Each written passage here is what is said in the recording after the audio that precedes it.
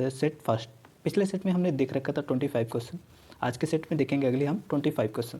उम्मीद है आपने पिछले सेट को पसंद किया होगा। अगर आपको कोई रिकमेंडेशन रहा हो तो आप नीचे इन्फॉर्म कर सकते हैं। तो चलिए आज के अगले क्वेश्चन को देखते हैं। आज के सेट में हम प्रयास करेंगे थोड़े से कम नॉलेज के बेस पे हम क्वेश्चन को सॉल्व करने का। वैसे तो सभी लोगों की तैयारी अच्छी होगी, बट हो सकता है कि कुछ लोगों की ना हो, तो भी आप प्रयास करिएगा इस क्वेश्चन को पूरे अटेम्प्ट करने का। तो चलिए आज का हम क्वेश्चन देखते हैं। आज क्वेश्चन पूछा गया आपसे, निम्नलिखित कथनों पर विचार कीजिए। आप यहाँ पे नोटिस करिएगा, नीचे आप एक बार नोटिस कर लिया करिएगा, जो भी क्वेश्चन पढ़ें सही है नहीं सही है, कौन सा पूछा गया है। इसमें पूछा गया निम्न में से कौन से सही हैं ऑप्शन आपसे। सेकंड में अभी हम देखेंगे इसके विकल्प ऑप्शन में, आप फिलहाल इसी से काम चला सकते हैं इसके इस क्वेश्चन के लिए। चलिए यहाँ पे पहला क्वेश्चन पूछा गया, ऑप्शन दिया हुआ है, हाल ही में प्रधानमंत्री द्वारा बुद्ध पूर्णिमा के अवसर पर बैसाख वैश्विक समारोह का वर्चुअल संबोधन किया गया।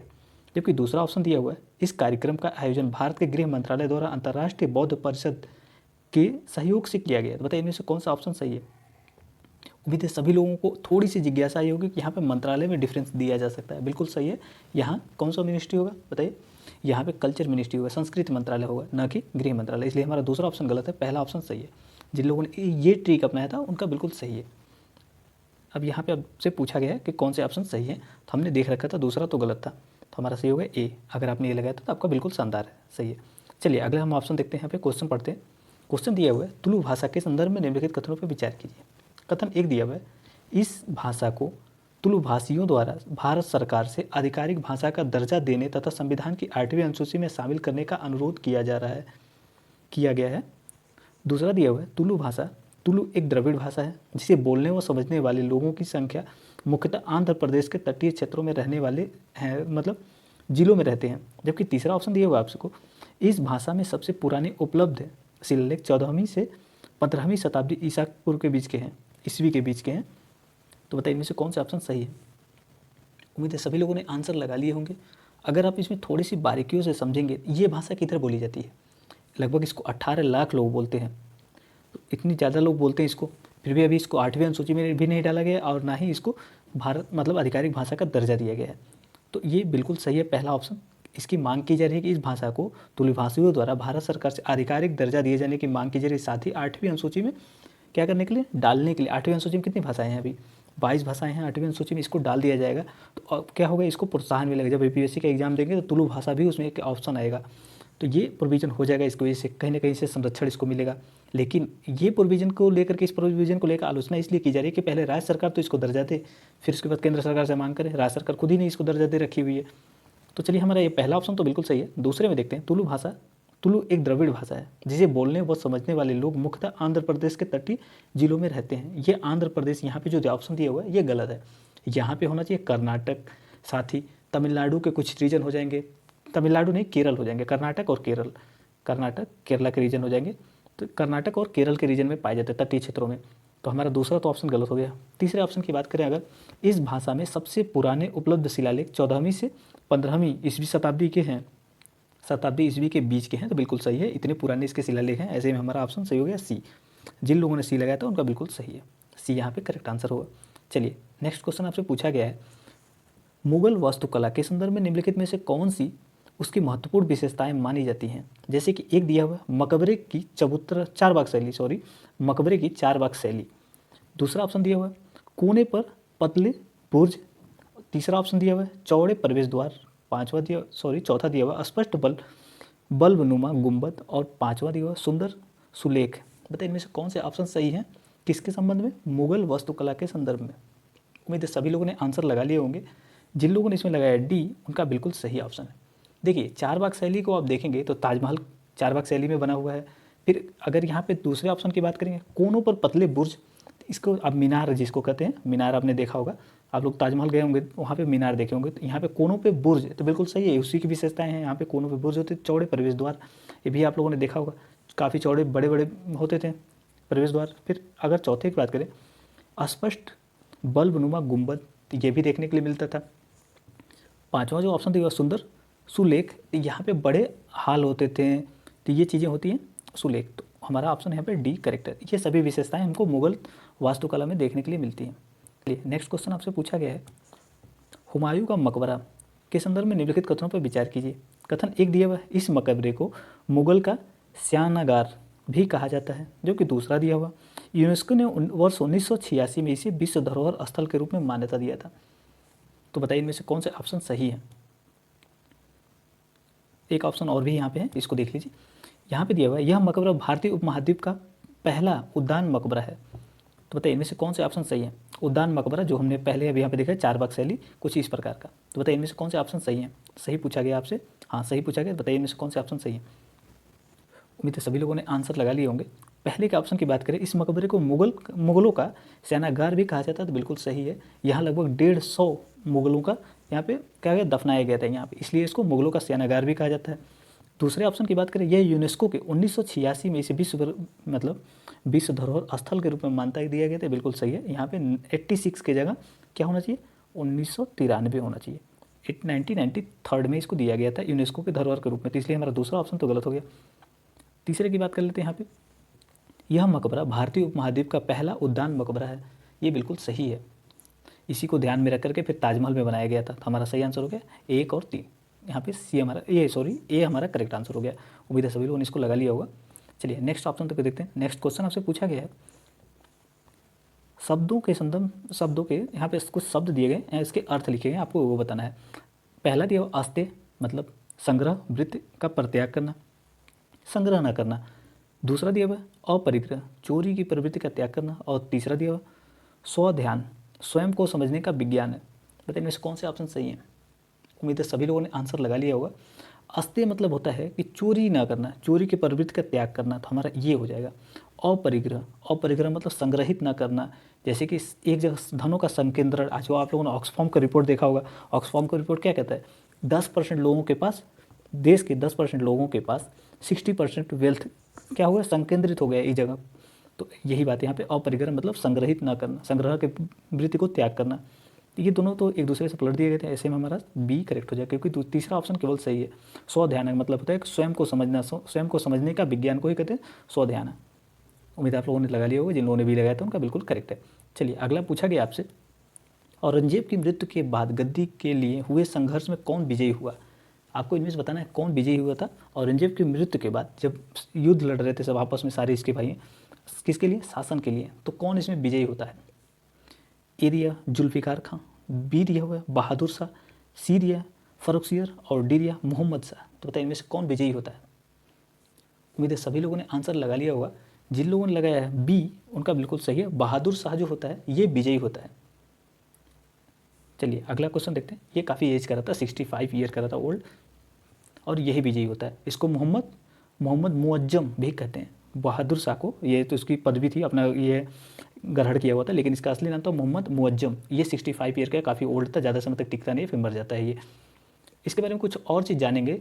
ये मतलब औरंगजेब की तरह से कट्टर नीति वाला नहीं था, काफ़ी मेल मिलाप की तरह शासन करने वाला था, और ये सहिष्णुता की नीति अपनाता था।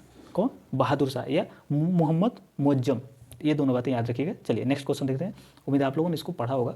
चलिए अगला पूछा हुआ है, चीन चिकली खां के संदर्भ में निम्नलिखित कथनों पर विचार कीजिए। यहाँ पे चीन चिकली खां के बारे में पूछा गया। जैसे कि पहला दिया हुआ है, चीन चिकली खां औरंगजेब की सेनाओं में सेनापति रह चुका था। जबकि दूसरा दिया हुआ है, चीन चिकली खां को निजाम उल मुल्क की पदवी दी गई थी। तीसरा दिया हुआ, चीन चिकली खां ने आसफ जाही वंश की नींव डाली थी। चौथा ऑप्शन दिया हुआ है, चीन चिकली खां ने एक विशाल सेना का निर्माण किया, जिसमें हिंदुओं मुसलमानों के अलावा नागा सन्यासी भी सम्मिलित थे। तो आपको बताना है इसे में से चीन चिकली खां के संबंध में कौन से ऑप्शन बिल्कुल सही है। उम्मीद है सभी लोगों ने आंसर लगा लिए होंगे। यहाँ पे आपसे पूछा गया सही नहीं है, ये चीज़ हमेशा ध्यान देने की ज़रूरत है, क्योंकि ऐसे में ऑप्शन में होता है हम जल्दी पढ़ के सही लगा लेते हैं। आप पूछा गया यहाँ पे सही नहीं है, तो अगर आपसे पूछा जाए इनमें से कौन से ऑप्शन सही नहीं है, तो आप यहाँ पे दिया हुआ है, चीन चिकली खां ने एक विशाल सेना का निर्माण किया, जिसमें हिंदुओं मुसलमानों के अलावा नागा सन्यासी भी सम्मिलित थे।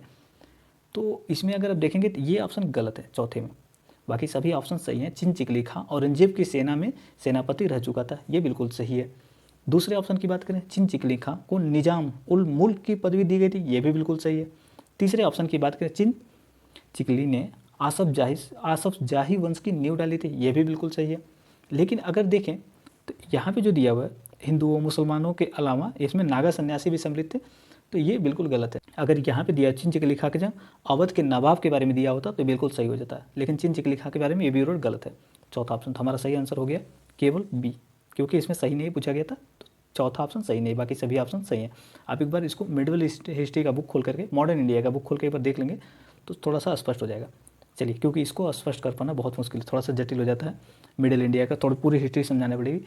तो चलिए अगला देखते हैं। अगला दिया हुआ है यहाँ पे, राजपूत सरदारों के ने अकबर के विरुद्ध विद्रोह किया क्योंकि वह उनके पैतृक भूमि के उत्तराधिकार में हस्तक्षेप करने लगा था। जबकि दूसरा ऑप्शन दिया हुआ है, आमेर के सवाई राजा जय सिंह ने खूबसूरत जयपुर नगर बसाया और खगोल विज्ञान के अध्ययन के लिए दिल्ली, जयपुर, वाराणसी, उज्जैन, मथुरा में वेधशालाएं स्थापित की। तो बताइए इनमें से कौन से ऑप्शन सही हैं? उम्मीद है सभी लोगों ने आंसर लगा लिए होंगे। यहाँ पर जिन लोगों ने लगाया है सही पूछा गया, यहाँ पे सही पूछा गया आपसे, तो जिन लोगों ने बी लगाया उनका बिल्कुल करेक्ट है। देखिए यहाँ पे पहले ऑप्शन में जो दिया हुआ है, राजपूत सरदारों ने अकबर के विरुद्ध, यहाँ अकबर के विरुद्ध नहीं हुआ था। अकबर का पहले भी तो मेल मिलाप की नीति अपनाता था, अकबर कट्टरपंथी नहीं था। ये हो जाएगी औरंगजेब के संदर्भ में, ये भी वर्ड सारे औरंगजेब के संदर्भ में सही होगा, अकबर के संदर्भ में सही नहीं है, इसलिए पहला तो गलत है। दूसरा, आमेर के राजा जो थे सवाई राजा जय सिंह, इन्होंने क्या किया था, वेधशालाएं स्थापित की थी। ये आपसे पूछा जा सकता है कहाँ कहाँ पे राजा जय सिंह ने, सवाई राजा जय सिंह ने कहाँ कहाँ पे वेधशालाएं स्थापित की थी, तो ये पूछा जा सकता था आपसे। याद रखिए, दिल्ली में, जयपुर में, वाराणसी में, उज्जैन में और मथुरा में। तो ये सभी जगह पे स्थापित किए थे वेधशालाएं। मतलब कितने जगह, 5 जगह पे की गई थी। बीपीएससी में सीधा पूछा जा सकता है कितने जगह पे इन्होंने वेधशालाएं स्थापित की थी, इनका नाम दे सकता है, या फिर सीधे पूछ सकता है कितनी जगहों पर था, तो 5 जगहों पर याद रखिएगा। तो हमारा सही आंसर है बी हो गया। चलिए नेक्स्ट क्वेश्चन देखते हैं। नेक्स्ट दिया हुआ है, आपसे पूछा गया है, फ्रांसीसियों के संदर्भ में निम्नलिखित कथनों पर विचार कीजिए। कथन 1 दिया हुआ है, फ्रांसीसियों का प्रधान कार्यालय भारत के दक्षिण पूर्व समुद्री तट पर पांडिचेरी में स्थित था। जबकि दूसरा दिया हुआ है, इंग्लैंड और फ्रांसीसी की कंपनियों के बीच एक दूसरे के विरोध होने के कारण झगड़े होते रहते थे। किसके किसके बीच? इंग्लैंड और फ्रांसीसी कंपनियों के बीच एक दूसरे के विरोधी होने के कारण झगड़े होते रहते थे। जबकि तीसरा दिया हुआ है, ऑस्ट्रियाई उत्तराधिकार, यहाँ ऑस्ट्रेलिया ने ऑस्ट्रियाई उत्तराधिकार के युद्ध में फ्रांसीसी और अंग्रेजों के विरोधी खेमे में थे। बताइए इनमें से कौन से ऑप्शन सही है? उम्मीद है सभी लोगों ने आंसर लगा लिए होंगे, और जिन लोगों ने लगाया इसमें डी, उनका बिल्कुल सही है, क्योंकि तीनों ऑप्शन बिल्कुल करेक्ट हैं। फ्रांसीसियों का प्रधान कार्यालय कहाँ पे था? दक्षिण पूर्व समुद्री तट पांडिचेरी में स्थित था, ये बिल्कुल सही है। जबकि दूसरे ऑप्शन की बात करें, इंग्लैंड और फ्रांस की कंपनियों के बीच एक दूसरे के विरोधी होने के कारण झगड़े होते रहते थे। अब देखेंगे क्या हुआ, आंग्ल कर्नाटक युद्ध इन्हीं की वजह से होता है, आपसी कंट्रोवर्सी होती रहती है। कुछ इंग्लैंड में, यूरोप में भी विवाद थे इनके आपस में, दोनों देशों के, और यहाँ पे भी विवाद होते रहते थे। इसकी वजह से क्या होता है, आंग्ल कर्नाटक युद्ध देखने के लिए मिलता है। तीसरे ऑप्शन की बात करें, ऑस्ट्रियाई उत्तराधिकार के युद्ध में फ्रांसीसी और अंग्रेजों के बीच विरुद्ध खेमे में खड़े थे, ये भी बिल्कुल सही है।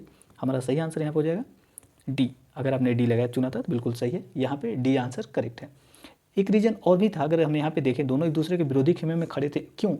क्योंकि दोनों अपना विस्तार चाहते थे। ऐसा नहीं है कि कोई एक ही चाहता, दोनों विस्तार चाहते थे। फिर दोनों में क्या होगा, आपसी में विरोध तो होगा ही, क्योंकि दोनों के क्षेत्र में टकराव होगा। तो ये भी रीजन था कि अपना दोनों साम्राज्य विस्तार करना चाहते थे, ये भी रीजन था। चलिए नेक्स्ट देखते हैं। नेक्स्ट पूछा गया आपसे,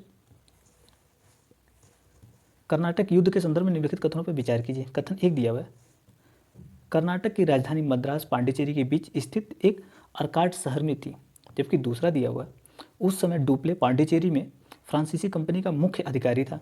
तीसरा दिया हुआ है, रॉबर्ट क्लाइव उस समय अंग्रेजी कंपनी के क्लर्क था। चौथा दिया हुआ है यहाँ पे, फ्रांसीसियों ने फोर्ट सेंट जॉर्ज को लूटा। तो बताइए इनमें से कौन से ऑप्शन सही हैं कर्नाटक युद्ध के संदर्भ में? उम्मीद है सभी लोगों ने आंसर लगा लिए होंगे। अगर हम पहले ऑप्शन की बात करें तो देखिए, पहला जो दिया हुआ है, कर्नाटक की राजधानी मद्रास और पांडिचेरी के बीच में अर्काट शहर में स्थित थी, तो ये बिल्कुल सही है। कर्नाटक की राजधानी मद्रास और पांडिचेरी के बीच अर्काट शहर था, वहाँ पे स्थित थी, ये तो बिल्कुल सही है। दूसरे ऑप्शन की बात करें, उस समय डुप्ले पांडिचेरी में फ्रांसीसी कंपनी का मुख्य अधिकारी था। डुप्ले जो था वो मुख्य अधिकारी था, ये भी बिल्कुल सही है। तीसरा जो दिया है, रॉबर्ट क्लाइव उस समय अंग्रेजी सेना में क्लर्क था। ये प्रथम आंग्ल कर्नाटक युद्ध के समय की बात चल रही है, तो उस समय क्या था, ये क्लर्क के रूप में काम करता था ये।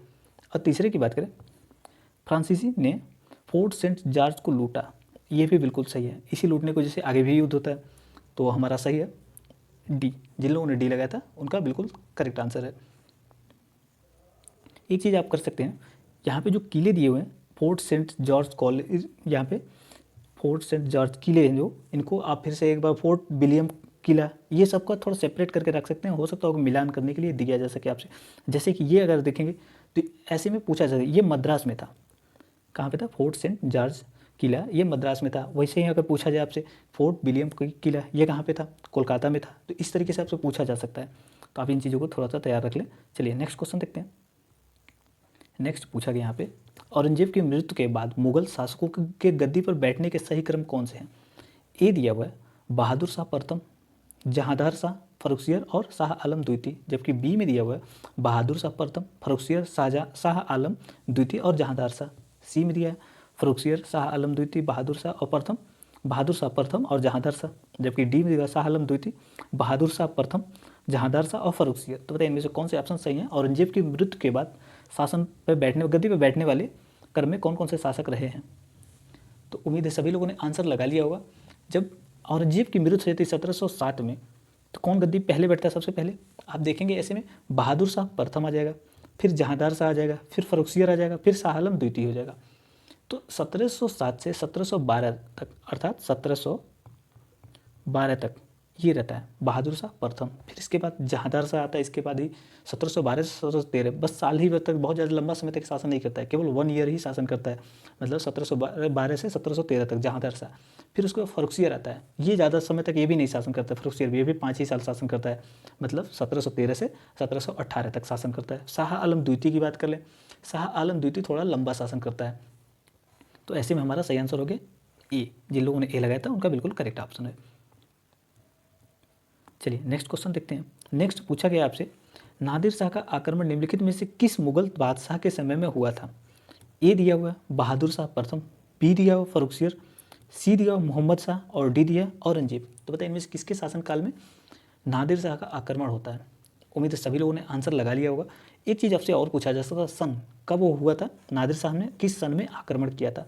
तो देखिए मोहम्मद शाह रंगीला के समय में नादिर शाह ने आक्रमण किया था। और ये पूछा जा सकता है कि मयूर सिंहासन में बैठने वाला आखिरी शासक कौन सा? तो ये मोहम्मद शाह रंगीला ही था, और ये 1739 में होता है। ये नादिर शाह आक्रमण करता है 1739 में, मोहम्मद शाह रंगीला, मतलब मोहम्मद शाह ही था आखिरी शासक मयूर सिंहासन पर बैठने वाला। तो ये भी बातें याद रखिएगा, 1739 मोहम्मद शाह, नादिर शाह के इसी के समय में आक्रमण करता है। चलिए नेक्स्ट देखते हैं। अगला पूछा गया है, अस्थायी बंदोबस्त के संदर्भ में निम्नलिखित कथनों पर विचार कीजिए। अस्थायी बंदोबस्त के संदर्भ में पूछा गया आपसे। तो अस्थायी बंदोबस्त को एक नाम से और जानते हैं हम लोग, जमींदारी व्यवस्था के बारे में नाम से जानते हैं, जमींदारी प्रथा के बारे में। तो चलिए अगला पहला क्वेश्चन देखते हैं। इसमें पहला ऑप्शन जो दिया हुआ, मुगल काल के जागीरदारों की स्थिति इस व्यवस्था में जमींदारों से बहुत बेहतर थी। पूछा दिया गया है, मुगल काल के जमींदारों की स्थिति इस व्यवस्था के जमींदारों से बहुत बेहतर थी। जबकि दूसरा दिया हुआ, इस व्यवस्था के कारण खेतिहर मजदूरों की संख्या बढ़ गई। 3 दिया हुआ है, इस व्यवस्था से सरकार की अपेक्षा जमींदारों को ज़्यादा फायदा हुआ। और 4 दिया हुआ, इस व्यवस्था ने जमींदारों को के एक नए वर्ग को जन्म दिया जो अंग्रेजों के प्रति वफादार था। बताइए इनमें से कौन से ऑप्शन सही हैं? उम्मीद है सभी लोगों ने आंसर लगा लिए होंगे। तो जिन लोगों ने सभी को सही माना है उनका बिल्कुल सही है। चलिए पहले ऑप्शन की बात करें, मुगल काल के जमींदार जो थे की स्थिति इस समय के जमींदारों से बेहतर थी। बिल्कुल सही बात है, इस समय के जमींदारों की हालत बहुत खस्ता थी। जमींदारी व्यवस्था में होता गया था, इसको पहली बात तो आपसे पूछ लिया जा सकता है, जमींदारी अस्थायी बंदोबस्त को लागू किसने किया था, ये बातें आपसे पूछी जा सकती है। तो सबसे पहले इसको बताइए कि किसने इसको लागू किया था। अस्थायी बंदोबस्त की बात कर लें तो लॉर्ड कॉर्नवालिस ने इसको लागू किया था। कब लागू किया था ये पूछा जा सकता है। तो 1793 में कॉर्नवालिस संहिता जब लेके आता है तो उसी समय इसको लागू करता है अस्थायी बंदोबस्त को। ये बातें हो गई। पूछा जा सकता है आपसे किन किन क्षेत्रों में इसको लागू करता है। तो एक बात याद रखिएगा, सबसे पहले अस्थायी बंदोबस्त आता है। आप भारत का जब मैप बनाएंगे तो कुछ इस तरीके से बनाएंगे तो आपको पता चलेगा कि सबसे पहले कोलकाता में ब्रिटिश का शासन स्थापित हुआ था। तो ये लोग UP, MP, west Bengal, Andhra Pradesh और बिहार, उड़ीसा, इन क्षेत्रों में सबसे पहले अस्थायी बंदोबस्त व्यवस्था को लागू करते हैं। तो ये चीज़ें होंगी कुछ इसके बारे में, अस्थायी बंदोबस्त या फिर इसको कहते हैं हम जमींदारी प्रथा। तो दोनों के बारे में आप थोड़ा सा याद रखिएगा। कौन लाता है? लॉर्ड कॉर्नवालिस लाता है। तो ये चीज़ें होंगी। इनकी जो इस समय के जो जमींदार थे मुगल काल की तुलना में थी, इनकी बहुत अच्छी व्यवस्था नहीं थी, क्योंकि कम ही इनको मतलब होता है मार्जिन, आज के समय में जैसे बिजनेस लाइन में कहते हैं मार्जिन, तो उस समय मार्जिन को कम मिलता था। दूसरे ऑप्शन की बात करें, इस व्यवस्था के कारण खेतिहर मजदूरों की संख्या बढ़ गई। क्यों बढ़ गई? क्योंकि इनको अगर ये ज़मीन अपना कर नहीं चुका पाते थे, इनकी ज़मीनें छीन ली जाती थी, तो फिर उनके मजदूर बन जाते थे। ये खेतिहर मजदूरों की संख्या बढ़ गई, ये बिल्कुल सही बात है। और कहीं ना कहीं जो ये जमींदार थे ये भारतीय ही थे। अगर ऐसे में अपने ही लोगों से ये अत्याचार करके वसूलेंगे तो इनको भी बुरा लगता था। इस तरीके से ये मजबूर रहते थे। अस्थायी बंदोबस्त में होता क्या था कि ये फिक्स कर दिया जाता था, जो मजदूर चुकाने से वंचित रह जाता था तो फिर उसको क्या करेंगे, ये जो मजदूर, ये जमींदार थे, ये भी आगे तो इनको सरकार को ट्रांसफ़र करना रहता था, तो नहीं ट्रांसफ़र कर पाते तो विफल हो जाते थे। इनकी स्थिति और दयनीय होती चली जाती जमींदारों की भी इसकी वजह से। तीसरे ऑप्शन की बात करें, इस व्यवस्था से सरकार की अपेक्षा जमींदारों को ज़्यादा फायदा हुआ। बताइए, ज़्यादा फायदा हुआ? बिल्कुल सही है, कुछ जमींदार इसका फ़ायदा भी उठाएं, क्योंकि मान लीजिए अगर 10 रुपये फिक्स था तो कुछ जमींदारों ने 20 रुपये वसूला, ज़्यादा वसूल लिए थे, तो ये भी रीज़न सही है। चौथे ऑप्शन की बात करें, इस व्यवस्था ने जमींदारों के एक नए वर्ग को जन्म दिया जो अंग्रेजों के प्रति वफादार थे। ये भी बिल्कुल सही है। 1857 की क्रांति में भी आप इस चीज़ को देखेंगे कि कुछ ऐसे जमींदार थे जो मतलब अंग्रेजों के विरुद्ध नहीं खड़े थे, लेकिन कुछ खड़े भी थे। तो ऐसे में हमारा आंसर हो जाएगा डी। जिन लोगों ने डी लगाया था उनका बिल्कुल करेक्ट आंसर है। चलिए नेक्स्ट क्वेश्चन देखते हैं। नेक्स्ट क्वेश्चन पूछा गया आपसे, रैयतवाड़ी बंदोबस्त के संदर्भ में निम्नलिखित कथनों पर विचार कीजिए। इसमें से आपको बताना है सही ऑप्शन कौन सा है। एक दिया हुआ है, किसानों द्वारा लगान सीधे सरकार को दिया जाता था, जबकि दूसरा दिया हुआ है, सरकार रैयतों को भूमि पट्टे पर देती थी। तीसरा दिया हुआ, कर लगाने के पूर्व भूमि का सर्वेक्षण और मूल्य निर्धारण किया जाता था। तो बताइए इनमें से कौन सा ऑप्शन सही है रैयतवाड़ी बंदोबस्त के संदर्भ में? उम्मीद है सभी लोगों ने सोच लिया होगा, सही लगा लिया होगा। अब आपसे पूछ रहे हैं हम कि रैयतवाड़ी बंदोबस्त को लागू किसने किया था? इसको मतलब किसने इसको लागू किया था, इसको लाया किसने था? तो रीड एंड मुनरो का नाम आप लोगों ने सुना होगा, RED, Read and Munro, Hector Munro के नाम आपने सुना होगा, वो लेके आते हैं। इसमें होता क्या है, रैयतवाड़ी में रैयत मतलब होता है जो ज़मीन पे खेती करता है, मतलब मजदूर एक, और सीधे किसान, मतलब जो किसान होता था गवर्नमेंट को सीधे कर पेमेंट करता था। तो मतलब इसमें डायरेक्ट क्या हुआ, कृषक और सरकार के बीच कनेक्शन हो गया, बिचौलिए खत्म हो गए थे रैयतवाड़ी बंदोबस्त में। और पहले बात करें तो यहाँ जो दिया हुआ पहले ऑप्शन में, किसानों द्वारा सीधे सरकार को कर दिया जाता था, बिल्कुल सही है पहला ऑप्शन। दूसरे की बात करें, सरकार रैयतों को भूमि पट्टे पर देती थी, ये भी बिल्कुल सही है, पट्टे पर देती थी, तभी तो इसमें कर लगाने के से पूर्व ही भूमि का सर्वेक्षण किया था, मूल्य निर्धारण किया जाता था, बिल्कुल सही है। तीनों ऑप्शन यहाँ पे करेक्ट हो जाते हैं। अब हम इसको आगे बढ़ें, यहाँ पे आपको बताना चाहिए कि जमींदारी प्रथा हमने पढ़ लिया, अस्थायी बंदोबस्त इसको कहते हैं, जमींदारी प्रथा को अस्थायी, जमींदारी प्रथा हमने पढ़ लिया, महलवाड़ी पढ़ लिया, फिर उसके बाद रैयतवाड़ी भी देख लिया। अब बताइए इनमें सबसे पहले किसको लागू किया गया था? सबसे पहले अस्थायी या जमींदारी प्रथा को किसने लागू किया था? लॉर्ड कॉर्नवालिस ने। कब लागू किया था? तो 1793 में लॉर्ड कॉर्नवालिस इसको लागू करता है। कौन? अस्थायी बंदोबस्त, या फिर इसको कह सकते हैं जमींदारी व्यवस्था। फिर वैसे ही महलवाड़ी की बात कर लें, रैयतवाड़ी की बात कर लें। अब इन दोनों में से कौन आएगा अगले में? तो अगले में आ जाएगा रैयतवाड़ी। अब रैयतवाड़ी कौन लागू करता है? Hector Munro, Read and Hector Munro. लेकिन इसका सन आपको याद होना चाहिए, 1819 से लेकर के 26 तक ये व्यवस्था चलती है। कौन? रैयतवाड़ी व्यवस्था। इसके लिए इसमें क्या होता है, किसान जो रैयत होते थे, किसान सीधे वो सरकार को टैक्स पेमेंट करते थे। फिर वैसे ही अगर महलवाड़ी की बात पूछे, ये हमसे महलवाड़ी याद रखिएगा, ये थर्ड व्यवस्था थी। और ये कब आती है? 1822 में। 1822 में आती है, हाल्ट मैकेंजी से संबंधित जुड़ा हुआ है। हाल्ट मैकेंजी इसको लेके आता है, और इसको पॉपुलर कौन बनाता है? कहाँ पे? इसको आगरा में पूछा जा सकता है, आगरा, अवध, MP, पंजाब में कौन इसको पॉपुलर बनाता है, फेमस बनाता है? किसको? महलवाड़ी व्यवस्था को। तो आप याद रखिए, विलियम बेंटिक जो था इसको ज़्यादा फेमस बनाता है, महलवाड़ी बंदोबस्त को। तो ये चीज़ें थी, आप इसको याद रखेंगे तो ज़्यादा बेटर होगा।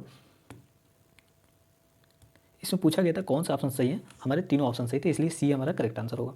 चलिए अगला आपसे पूछा गया है, ब्रिटिश सरकार के संदर्भ में, ब्रिटिश सरकार भारत के प्रशासनिक नियंत्रण के संदर्भ में निम्नलिखित कथनों पर विचार कीजिए। अगला पहला कथन दिया हुआ, 1833 के चार्टर एक्ट ने भारत में ब्रिटिश प्रदेशों के सैनिक, असैनिक प्रशासन के सारे अधिकार गवर्नर जनरल एवं उसकी परिषद को सौंप दिए। जबकि दूसरा ऑप्शन दिया हुआ, 1813 में भारत के साथ अकेले ही व्यापार चाय और चीन के अलावा करने की कंपनी के अधिकार को खत्म कर दिया गया था। मतलब यहाँ पे पूछा जा रहा है 1813 का जो चार्टर एक्ट लाया गया था, इसके माध्यम से भारत के साथ अकेले ही व्यापार जो करने का अधिकार था खत्म कर दिया गया। किसको छोड़ के? चाय और चीन को छोड़ करके। इन दोनों के साथ अभी भी मतलब ईस्ट इंडिया कंपनी व्यापार कर सकती थी, इन दोनों को छोड़ के सभी तरह के अधिकार खत्म कर दिए गए। तो बताना है आपको कौन से ऑप्शन इसमें से करेक्ट है। उम्मीद है सभी लोगों ने आंसर लगा लिए होंगे। जिन लोगों ने दोनों माना है उनका बिल्कुल करेक्ट है, यहाँ पे दोनों ऑप्शन बिल्कुल सही हैं। यहाँ पे थोड़े से अगर डिटेल देखेंगे आप, 1833 के चार्टर एक्ट में क्या होता है, बंगाल के जो गवर्नर जनरल होते हैं वो भारत के गवर्नर जनरल बन जाते हैं। तो ये चीज़ें आपको समझ में आ गई होंगी। और उसके काउंसिल का भी विस्तार किया जाता है, जो गवर्नर जनरल की काउंसिल होती है उसका विस्तार थोड़ा सा किया जाता है। दूसरे ऑप्शन में जो दिया था जो भारत के साथ व्यापार करने का एकाधिकार था वो उसका खत्म कर दिया था, उसको समाप्त कर दिया था। चाय और चीन के अलावा सभी तरह के एकाधिकार खत्म कर दिए थे। साथ ही साथ इसमें याद रखिएगा 1 लाख रुपये एजुकेशन पर खर्च करने का प्रोविजन किया गया। ईसाई मिशनरियों को प्रचार करने का प्रोविजन किया गया था इसी में 1813 के एक्ट के माध्यम से। चलिए नेक्स्ट क्वेश्चन देखते हैं। नेक्स्ट क्वेश्चन दिया हुआ है यहाँ पे, रेगुलेटिंग एक्ट के संदर्भ में निम्नलिखित कथनों पर विचार कीजिए। कथन 1 दिया हुआ है, भारत के मामले में ब्रिटिश सरकार का यह पहला सीधा हस्तक्षेप था। मतलब जब पहला सीधा हस्तक्षेप की बात की जा रही है तो कौन सा होगा रेगुलेटिंग एक्ट, तो 1773 की बात की जा रही है ये। इस तरीके से आप याद रख सकते हैं। दूसरा ऑप्शन दिया हुआ है यहाँ पे, बंगाल के गवर्नर जनरल को कंपनी के सभी भारतीय क्षेत्रों पर गवर्नर जनरल बनाया गया। तो बताइए इनमें से कौन सा ऑप्शन सही है। उम्मीद है सभी लोगों ने लगा लिया होगा। यहाँ पे जब सही सभी दिया हुआ कुछ लोगों को थोड़ा सा अजीब लग सकता है, लेकिन बिल्कुल सही है। सी आंसर यहाँ करेक्ट है। पहले ऑप्शन की बात करें, भारत के मामलों में ब्रिटिश सरकार का यह पहला हस्तक्षेप था। ब्रिटिश सरकार, ब्रिटिश संसद पहली बार कानून बना करके कंपनी को रेगुलेट करने का प्रयत्न करती है 1773 के माध्यम से। तो पहला हमारा करेक्ट है। दूसरे की बात करें, बंगाल के गवर्नर जनरल को कंपनी के सभी भारतीय क्षेत्रों पर, यहाँ पे आप थोड़ा सा अजीब लगेगा बट सही है, जो कंपनी के जितने भी क्षेत्र थे उस समय बंगाल के गवर्नर जनरल के अंतर्गत दे दिए गए। मतलब अब यहाँ पे वारेन हेस्टिंग ही तो था बंगाल का गवर्नर जनरल, अब इसको क्या होगा, कंपनी के समस्त क्षेत्रों का गवर्नर जनरल घोषित कर दिया जाता है। तो ऐसे में सभी जो लिखा हुआ है बिल्कुल सही है, कंपनी के जितने क्षेत्र थे सभी पर इसका शासन सुनिश्चित कर दिया जाता है। तो हमारा सही आंसर हो गया सी। उम्मीद है सभी लोगों को आपको समझ में आ गया होगा। अब एक चीज़ बताइए, 1773 चार्टर एक्ट हमने बात किया, 1773 के चार्टर एक्ट की कुछ विशेषताएं बता दीजिए। पहली बात तो इसमें क्या होता है, सर्वोच्च न्यायालय की स्थापना की जाती है। साथ ही साथ इसी में प्रोविज़न किया जाता है, जो भी इसके सरकारी अधिकारी थे, सिविल सर्वेंट थे इसके उस समय के, ये क्या करते थे, जब यहाँ से जाते थे तो अपनी पूरी प्रॉपर्टी का ब्यौरा देने के प्रोविज़न कर दिया गया था 1773 के माध्यम से, ताकि ये लोग इलीगल जो व्यापार करते थे, अवैध संपत्ति कलेक्ट करके लेके जाते थे, उससे इनको मतलब तरह से वंचित किया जा सके, इसलिए कुछ प्रोविज़न किए जाते हैं 1773 के चार्टर एक्ट के माध्यम से। चलिए नेक्स्ट क्वेश्चन आपसे पूछा गया है, ब्रिटिश भारत में आधुनिक शिक्षा के संदर्भ में निम्नलिखित कथनों पर विचार कीजिए। कथन 1 दिया हुआ है, कंपनी की सरकार की सहायता से खुलने वाली पहली शिक्षण संस्थाएं कोलकाता मदरसा एवं बनारस संस्कृत कॉलेज थे। जबकि दूसरा दिया हुआ है, ब्रिटिश शासन ने भारत में शिक्षा के विकास के लिए पहला कदम 1813 के चार्टर एक्ट में उठाया था। बताइए इनमें से कौन सा ऑप्शन सही है। उम्मीद है सभी लोगों ने आंसर लगा लिए होंगे, तो आपको यहीं पे सही चुन लेना है। पहले की बात करें, कंपनी की सरकार की सहायता से खुलने वाले भारत के जो पहले शिक्षण संस्थान थे, यहाँ पे पहली शिक्षण संस्थान वो कोलकाता मदरसा था, कोलकाता में मदरसा खोला जाता है, फिर बनारस संस्कृत कॉलेज, ये दोनों थे। क्या होता है, इन दोनों को खोला जाता है, किस लिए, सिविल सर्वेंट को शिक्षा देने के लिए, उनको पढ़ाने के लिए, और साथ ही साथ एक ऐसे वर्ग को तैयार करने के लिए जो इनके कामों को संचालित कर सके, कार्य को संचालित कर सके। ब्रिटिश सरकार ने भारत में शिक्षा के विकास के लिए पहला कदम 1813 के चार्टर एक्ट के माध्यम से लाया था। 1 लाख रुपये खर्चा करने का प्रोविज़न किया था, लेके एच होता है, लाख रुपए खर्चा करने का प्रोविज़न किया था।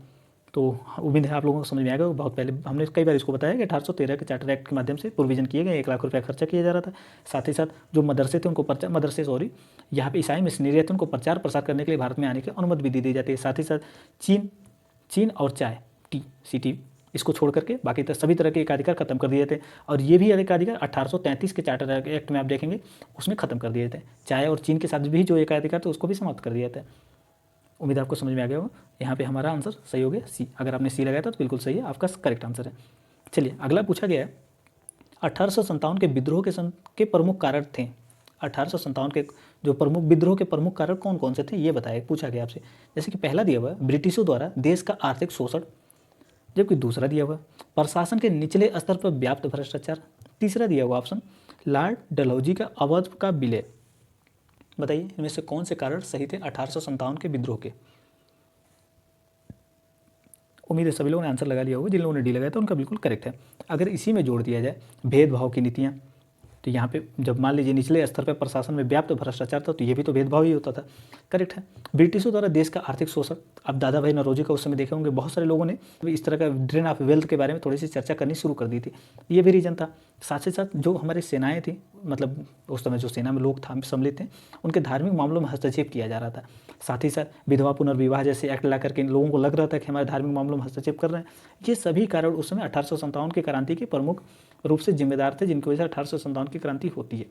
चलिए नेक्स्ट पूछा गया आपसे, 19वीं सदी में पश्चिम भारत में सुधार आंदोलन के संबंध में नीचे दिए गए कथनों पर विचार कीजिए। 19वीं सदी में जो भी पश्चिम भारत में सुधारात्मक आंदोलन चलाए गए थे उनके बारे में पूछा गया है। कथन एक दिया हुआ, महाराष्ट्र में स्थापित परमहंस मंडली ने जाति पात के बंधनों को तोड़ने का कार्य किया। जबकि दूसरा दिया हुआ, दादा भाई नौरोजी पारसी धर्म सुधार संगठनों के संस्थापक सदस्यों में से एक थे। तीसरा ऑप्शन दिया हुआ, विष्णु शास्त्री पंडित ने विधवा विवाह समाज की स्थापना की। बताइए इनमें से कौन सा ऑप्शन सही है। उम्मीद है सभी लोगों ने आंसर लगा लिए होंगे। जिन लोगों ने डी लगाया अर्थात सभी सही, बिल्कुल सही काम किया आपने। अगर हम पहले ऑप्शन की बात करें, महाराष्ट्र में स्थापित परमहंस मंडली ने जात पात के बंधनों को तोड़ने का कार्य किया, ये बिल्कुल सही है। परमहंस मंडली जो थी ये जात पात तोड़ने के लिए काम की थी। आपको नीचे बताना है कि इनमें से कौन कौन से सन में कौन कौन से संस्थाएं गठित की गई थी। जैसे कि यहाँ पे दादा भाई नौरोजी ने पारसी धर्म सुधार के लिए संगठन जो बने थे उसमें एक सदस्य के रूप में थे। ये कौन सा संगठन था, इसके नाम आपको बताना है। जबकि दूसरा यहाँ पे देखा तीसरे ऑप्शन, तो पंडित यहाँ पे दिया है विष्णु पंडित शास्त्री ने विधवा विवाह समाज की स्थापना की, मतलब स्थापना की। तो बताइए ये कब हुए थे। 1850 में ये गठित होता है। तो ये चीज़ें आपको पता होंगी। तो हमारा तीनों ऑप्शन यहाँ पे करेक्ट है। उम्मीद आपको समझ में आ गया होगा। चलिए नेक्स्ट देखते हैं। 1857 की क्रांति के धार्मिक कारणों के संदर्भ में नीचे दिए गए कथनों पर विचार कीजिए। कथन एक दिया हुआ है, ईसाई मिशनरियों द्वारा हिंदू तथा मुसलमान धर्म के पर तीखा प्रहार किया गया। दूसरा दिया हुआ, मंदिर और मस्जिदों की जमीनों पर कर लगाया गया। तीसरा ऑप्शन दिया हुआ, ब्रिटिश सरकार द्वारा भारतीय समाज सुधारों की सलाह पर सामाजिक कुरीतियों के विरुद्ध कानून बनाया। बताइए इनमें से कौन से कारण सही थे 1857 की क्रांति के संदर्भ में। उम्मीद है सभी लोगों ने आंसर लगा लिए होंगे। जिन लोगों ने डी लगाया था उनका बिल्कुल करेक्ट है। हमारा डी यहाँ पे करेक्ट हो जाता है। जैसे कि अगर हम पहले कथन की बात करें, ईसाई मिशनरियों को 1813 के एक्ट के माध्यम से क्या करता है, क्या किया जाता है, भारत में उनको प्रचार करने की अनुमति दे दी जाती है।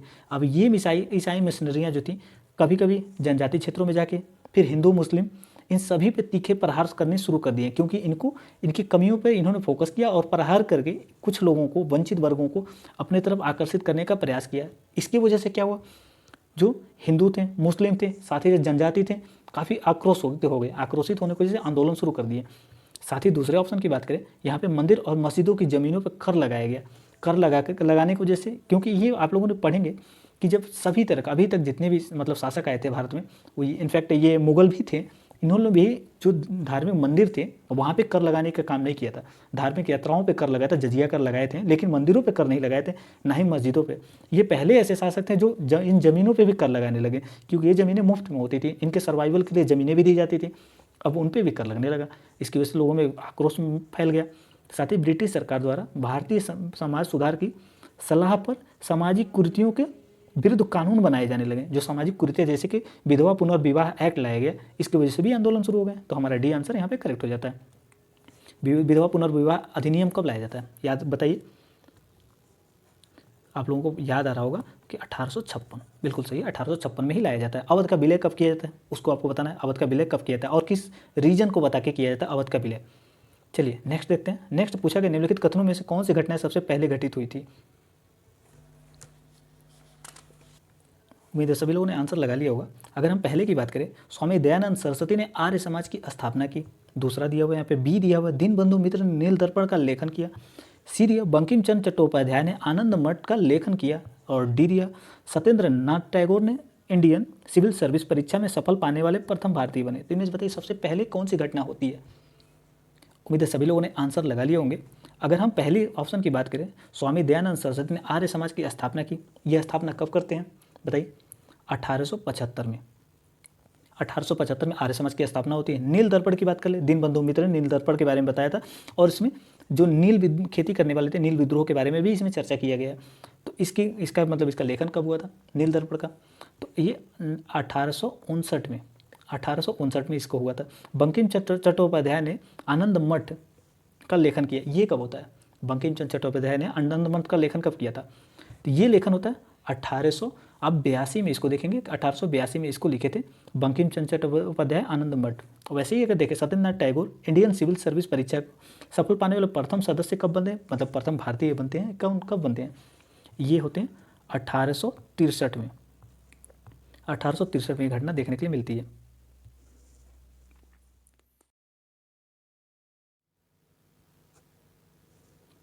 तो ऐसे में हमारा सही आंसर होगा बी। जिन लोगों ने बी लगाया था उनका करेक्ट आंसर होगा, क्योंकि बी जो है यहाँ पे दीनबंधु मित्र ने नील दर्पण का जो लेखन किया था, इनको लिखे थे इन्होंने, ये 1859 में होता है, 1859 1859 में। तो हमारा सही आंसर हो गया बी। चलिए नेक्स्ट क्वेश्चन यहाँ पे पूछा गया आपसे, ब्रिटिश काल में किन प्रांतों में को प्रेसिडेंसी कहा जाता था? जैसे कि 1 दिया हुआ बंगाल, 2 दिया मध्य प्रांत, 3 दिया बम्बई और 4 दिया पंजाब। तो बताइए इसमें किसको प्रेसिडेंसी कहा जाता था?